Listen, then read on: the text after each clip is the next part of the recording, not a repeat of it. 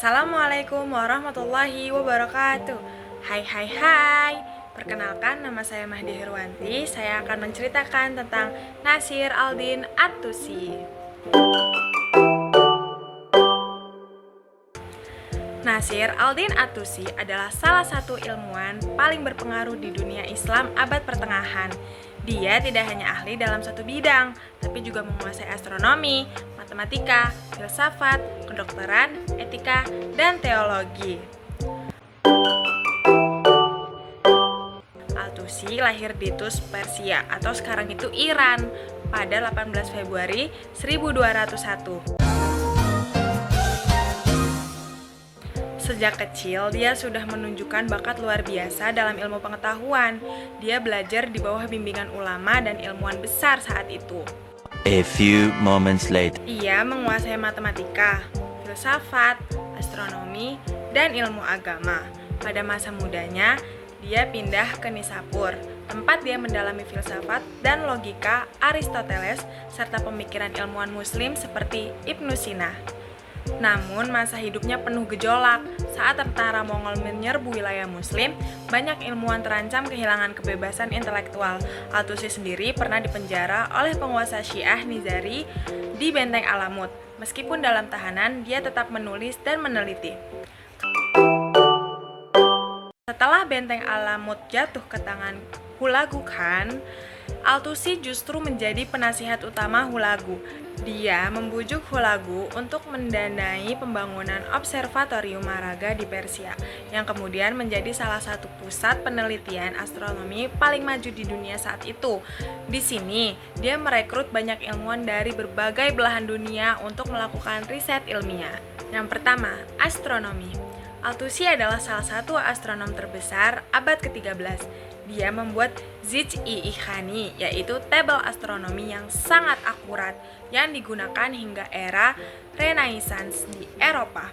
Dia mengembangkan model Tusi-Couple, sebuah metode matematika yang digunakan untuk menjelaskan gerakan planet secara lebih akurat daripada model Ptolemus.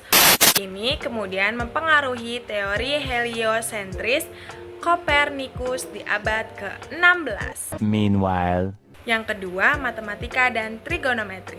Dia adalah salah satu ilmuwan pertama yang mengembangkan trigonometri sebagai cabang ilmu tersendiri, bukan hanya sebagai bagian dari astronomi.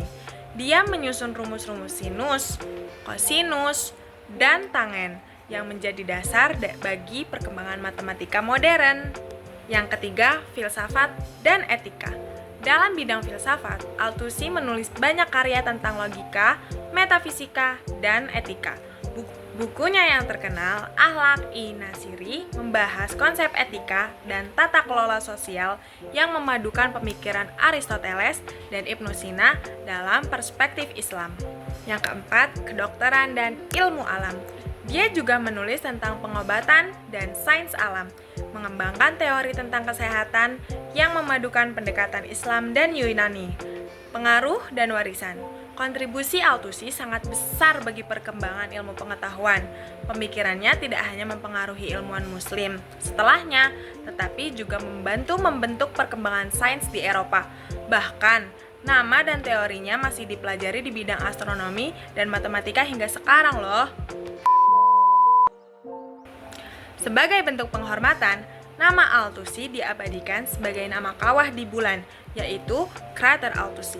Banyak universitas dan institut sains di dunia Islam juga memakai namanya sebagai penghormatan atas warisannya.